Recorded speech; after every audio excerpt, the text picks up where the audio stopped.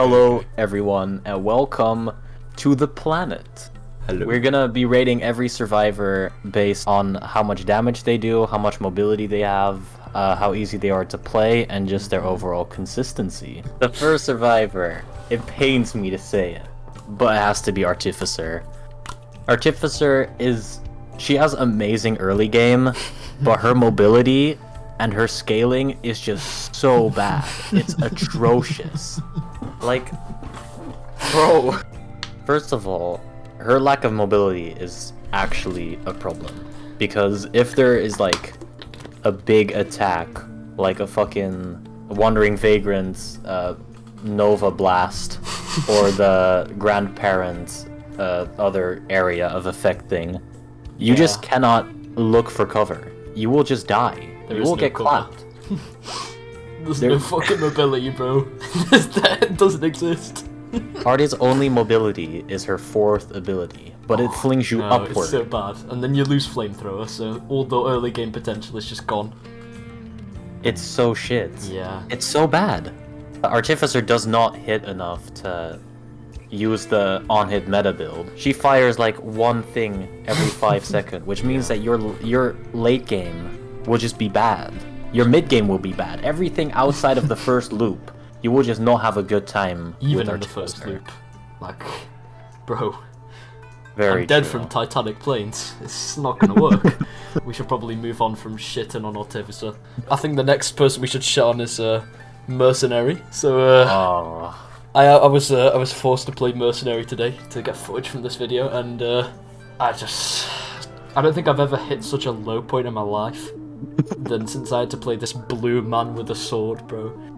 The whole gimmick of Mercenary is that he puts this debuff on people called Expose, which will increase your damage for the next hit and also reduce your cooldown by 1 second. And your whole kit is basically built around utilizing this debuff to the fullest, because if you don't, your damage is just trash. Yeah. It's just so mediocre for the amount of like things you need to focus on when playing Merc. For sure, and it's just not a fun gimmick either. Like, it's playable in stage 1, but by the time you're on like the 3rd loop, 4th loop, like that's not something you're gonna be focusing on, trying to fucking hit your exposed debuff. And nobody cares at that point. You just want to be running around, just holding left click and killing everything. So yeah, Merc is placed as the second worst on the tier list. Might be controversial, but he's so fucking inconsistent. He's also just kind of hard to play.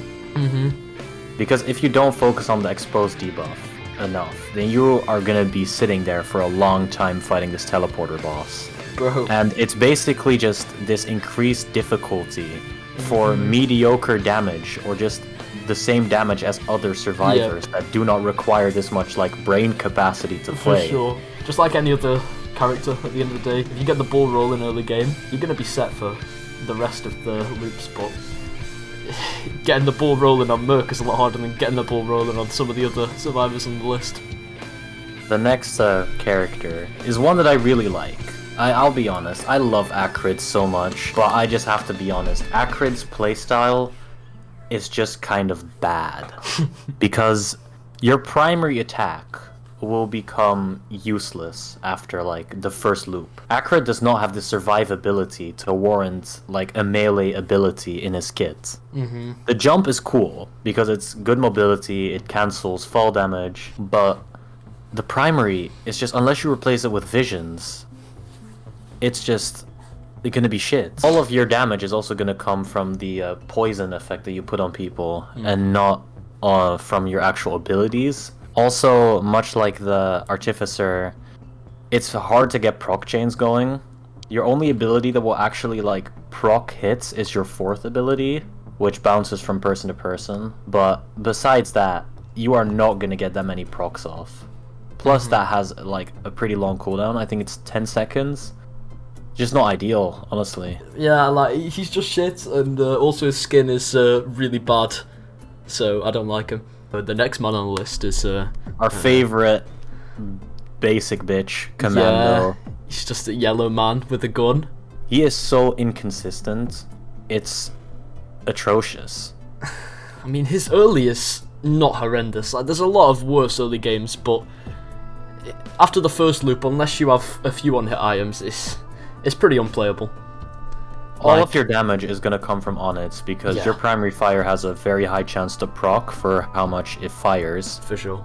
If you don't get any of those items, you're gonna be fucked for the rest of the run. Yep. He completely relies on proc chains to work, but like, it's not to say he's completely unplayable. You know, like Commando isn't the worst survivor, but he struggles quite a lot outside of the first loop, unless you have like, you know, a banjo, a tri-tip, a sticky bomb, all that shit, meat hook, clover, APPs. crit.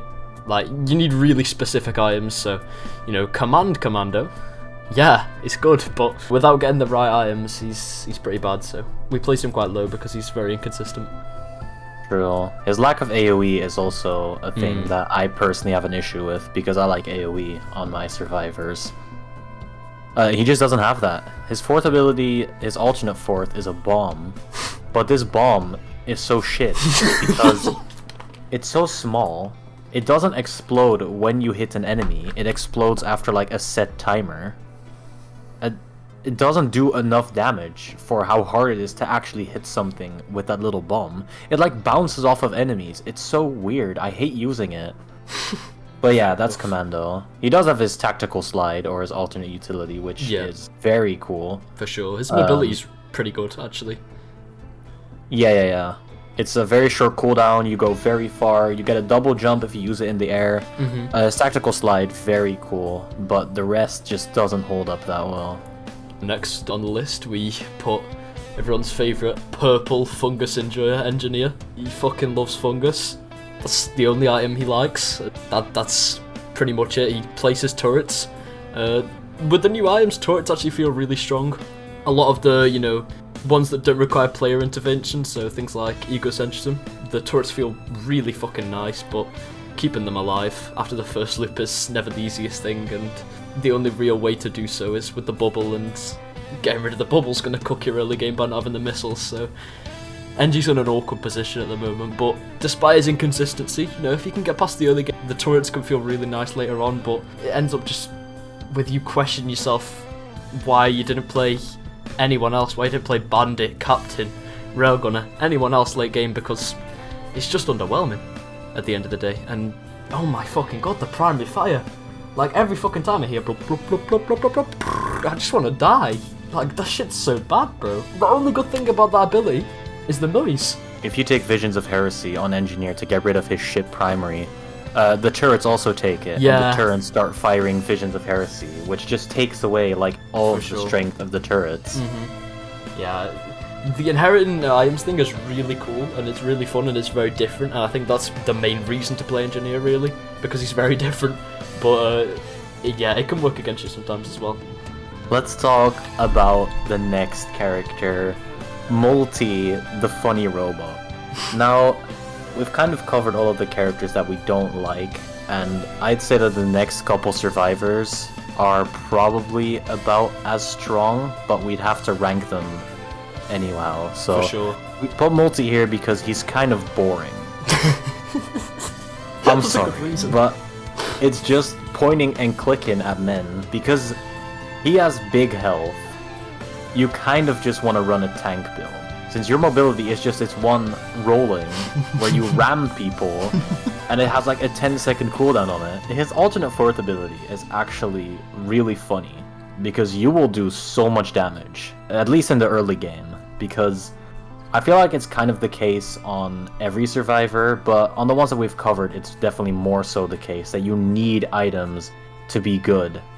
And especially like specific items, because just like Commando, MUL-T wants a lot of on-hits. Well, if you're running nail gun, that is, but unless you're running double rebar with the default fourth ability, you're just gonna... Don't take those, please. The scrap launcher is trash. The saw is trash. Why would you put melee moves on MUL-T, bro? Yeah, what's the point? For sure. He's got kind of the same issues as Commando. He's just a big Commando, really, that's slightly more consistent. Your damage just does not come online unless you have the right items. Alright, moving on to number 6 on the list, we have Rex. Our favorite walking plant man. Or woman. We don't know. Rex. I love Rex, personally. I'm pained to see him this low. Rex has probably the best early game out of any survivor in the game currently. Mm-hmm. Because his healing just makes it impossible for you to die. You can play as risky as you want when you play Rex, at least in the early stages. Mm-hmm. And it will just pay off. Yep. And his second ability does really good damage. A passive debuff on enemies, also quite strong. But his damage does fall off after the first loop. For sure. The damage falls off insanely hard. You'll find yourself dying on stage, 6, 7, even 5 sometimes, just because you didn't pick up enough damage items. And it feels really awful because Rex is really fun, and suddenly you go from being virtually unkillable and nuking things in a few seconds to never being able to kill that void grandparent because you didn't get a tri-tip. Yeah. His scaling is not great, and as such, he's pretty fucking inconsistent. The way that you play with your health as well kind of takes away your one-shot protection as well, which is something that's quite important to any character survivability. And getting rid of that just isn't that cool. Not cool. Very uncool. Alright, moving on to the captain. I feel like a lot of people will expect captain to be higher, but his lack of mobility just makes him feel kind of awkward. His new red item that he has passively kind of makes up for his lack of mobility, since it will just get rid of hits for you sometimes.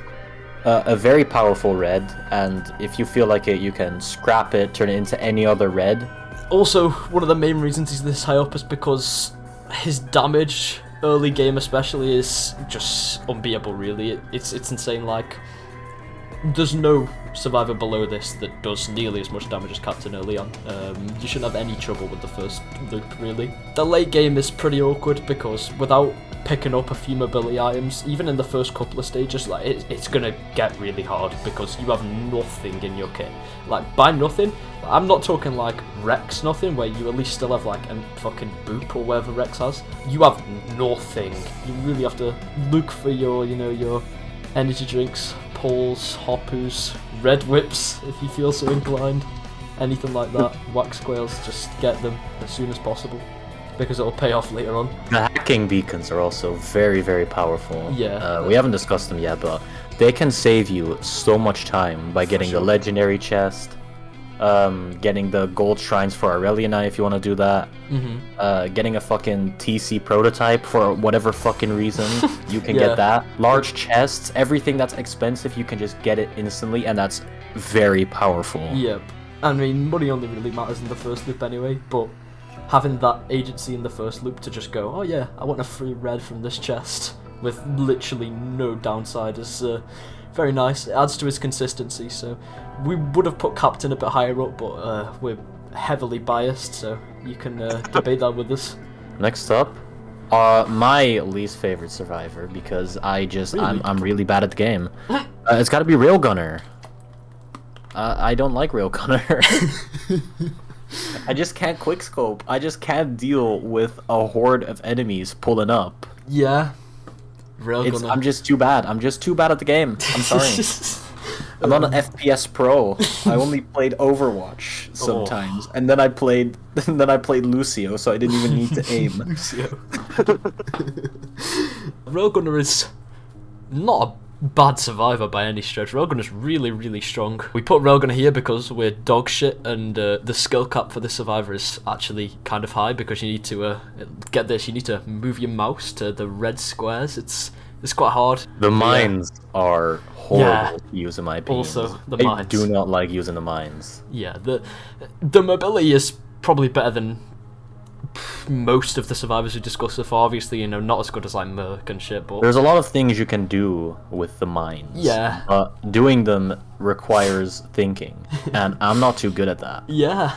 But once you get used to it, after a few runs, it does feel a lot nicer. Railgunner's mobility is good. The damage is really good, making the early game pretty strong. The main issue ends up just being that you're squishy. The damage definitely makes up for it. When you're getting popped on stage 4 by a fucking glacial elder Lemurian, you're gonna wish you picked up a couple more mobility items, or maybe a Teddy or some shit like that. You know, you can't go full damage on this on the Survivor, unfortunately, because it doesn't have the built-in mobility or defensive capabilities to deal with it. I guess the only thing you can really say negative about Railgunner is the primary fire is bad, but it's clearly intentional to incentivize you using the snipe more. So it makes sense why it's bad, but it really makes it hard to do AoE in the first few stages. So you can get overwhelmed early on, but usually the early game's relatively easy, and later on, if you have a couple of good items, you'll snowball. Railgunner's really strong. Let's talk about the next pick on our list. We have got the Bandit. I think Bandit's really fucking cool. The early game feels beautiful, very, very consistent.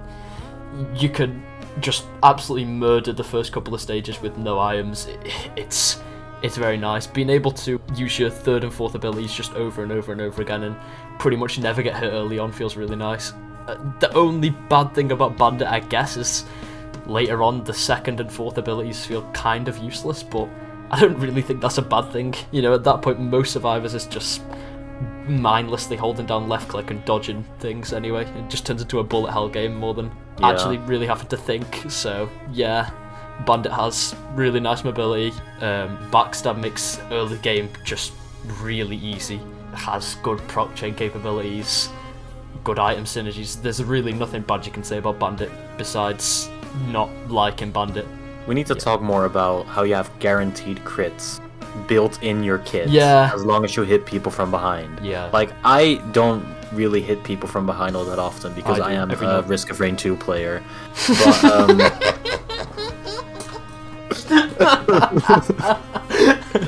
I'm sorry guys, that must hit too close to home. Yeah, guaranteed crits, fucking OP, double damage, and your third ability makes it really easy to get behind people and hit them with a powerful crit from your fourth ability. For sure. In the early game. So, Bandit, pretty powerful. Yeah. I like Bandit. I like Bandit. Big Bandit enjoyer. I'd argue even better early game than Rex, but I think we get into a heated debate about that, so I'm not going to even start. I love Rex. Yeah.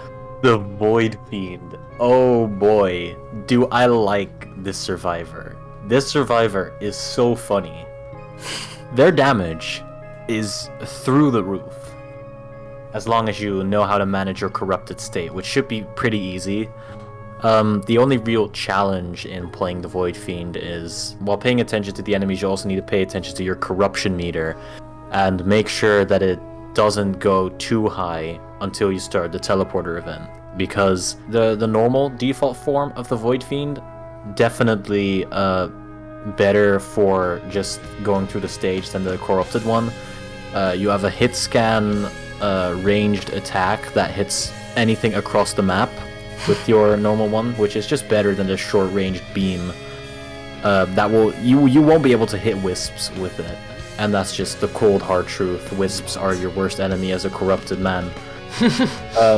But if you manage to time your corruption correctly when you start the teleporter event, you will be able to melt bosses before your corruption runs out, even if you don't use your fourth ability sacrificing your health for more time as corrupted.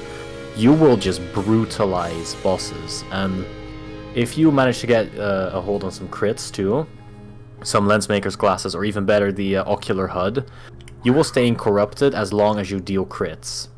So yeah, it's fucking broken if you play it correctly. Void Fiend is also kind of easy to play for almost everyone because a lot of their abilities feel like abilities that were also on other survivors. The uncorrupted utility where you fling yourself upward is kind of reminiscent of that of Artificer, except it was done right because you become intangible, you lose all your debuffs.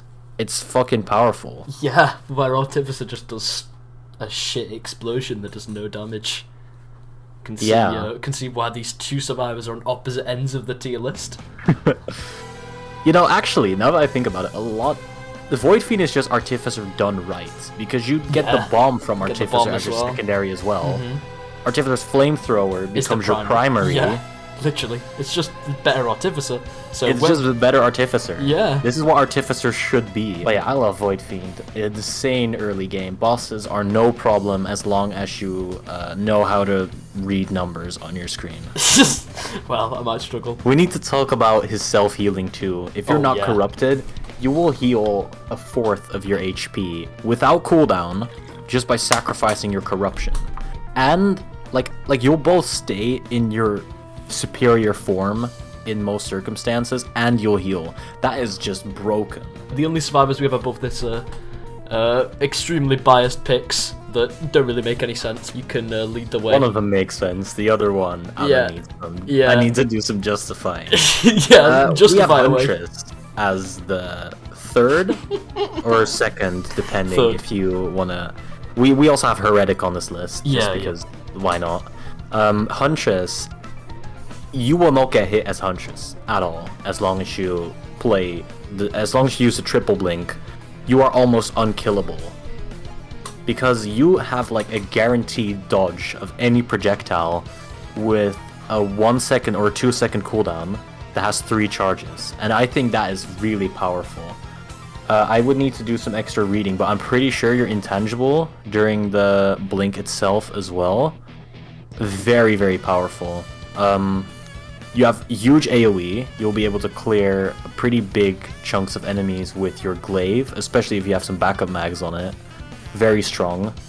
Your alternate special, when you use the ballista, I think it's called, good single target damage, a lot of it. Early game, it will probably, using that once and hitting all 3 shots, will take about a fourth of health away from the boss, which is pretty cool, seeing as Huntress's single target damage otherwise is just kind of lackluster. The only reason Huntress isn't number 1 is because her damage is just... It's good, but it's not as good, and if you don't get items, you will do no damage in like your 3rd and 4th loops. For sure.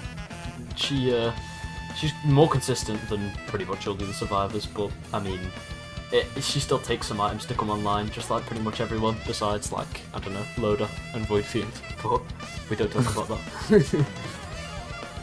She's definitely strong. Personally, wouldn't put a 3rd, but we're gonna negotiate.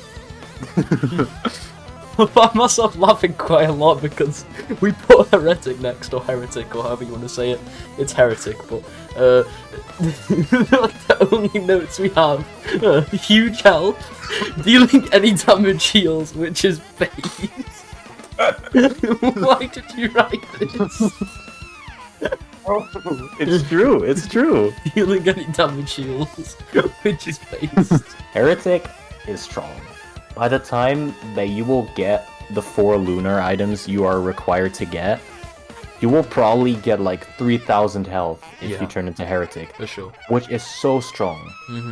The downside is that your health slowly depletes unless you kill enemies, and dealing any form of damage, I don't really know how it works, but as long as you deal damage, you will heal yourself as the Heretic, which is really, really powerful. The 3rd ability as well, if you don't hit enemies for a long time, the Strides of Heresy will just heal you back up. Yup. Maybe this survivor is like a special case because you can run any of her abilities on any other survivor. So we can't really complement her kit, and then as long as you can take the kit on literally any other character. But I like Heretic a lot, and it's very hard to die as Heretic unless you are just not paying enough attention to your health. Most runs when you're going to turn into the Heretic, you've probably already got a really strong item basis to go off, so Heretic is obviously, it's going to feel a lot stronger because of that. But at the end of the day, the kit's very nice and the health is crazy. So as long as you got a couple of healing items and you don't take Ego Centrism, then you should be fine. Heretic's very strong, very fun. And then finally, we have both our main, actually. We both main Loader. True. We love Loader. Insanely powerful. Her punch, either of the punches, we always debate on which punch is better. Okay, I prefer the Thunder one. No, the charge punch is just miles superior. Shut up. Either punches do insane damage, and you will probably be able to one-shot bosses if you have just one of the bands and a crowbar. Yep, all it takes is a Chiaro and a crowbar, and you can literally one-shot the first 5 bosses of the game. Easy. First loop is insanely consistent, your damage is crazy. It differs from person to person, but being able to fly around the map, grapple onto shit, but you're just Spider-Man with a huge fist. Like, if you don't find that fun, I don't know what you can find fun, because Loader is by far the funnest character in the game. Yeah, for sure. Yeah, and the consistency is just crazy. I mean, like, what more can you ask for, really? The damage is great, the mobility is great. It's very hard to get hit by anything or get stuck somewhere. And, I mean, if you want to get extra spicy, the primary fire has a built-in Topaz Brooch, which is also really nice. It's that really helps you tank bosses in your first loop, especially. Yeah, for sure. After that, you're not going to be using that passive, but that passive will carry you to get to a point where you can just become all-powerful. Yep, basically. It feels like they just took a bit of Captain, a bit of Bandit, and a bit of Railgunner's early game consistency and just meshed it all into one survivor. And now you have a survivor that it's like, if you die on stage 1 or stage 2, 3, 4, 5, 6, 7 on this survivor, you just, I don't know what went wrong.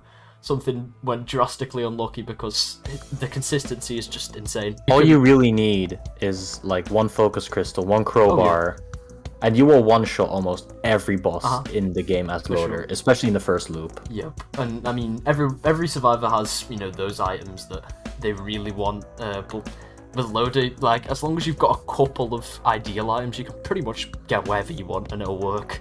You know, unlike someone like Commando or MUL-T, which is pretty much entirely reliant on proc change, you can just get whatever you want and it's probably going to work. And if it doesn't, you know, swap your primary fire for Visions of Heresy and start proc chaining if you really feel like it. You know, it's unlikely, but it's still going to work because you're Loader. New players can pick up Loader and just do really well on the first try because Loader is not too difficult once you understand how the punch works.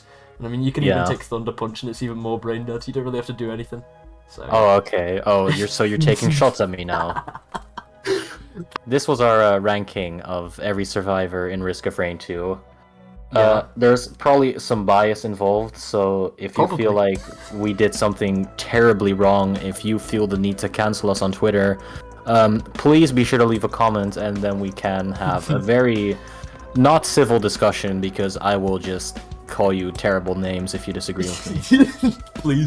Please debate with us, it'll be fun. You know, this is the first video we're making here, so you know, we're just having fun, we're chilling, we're making dog shit biased tier lists, and then we'll do something that actually matters later on. But yeah, hope you guys enjoyed. This was the video where we shit on Artificer for 40 minutes, and yeah, that's all I have to say.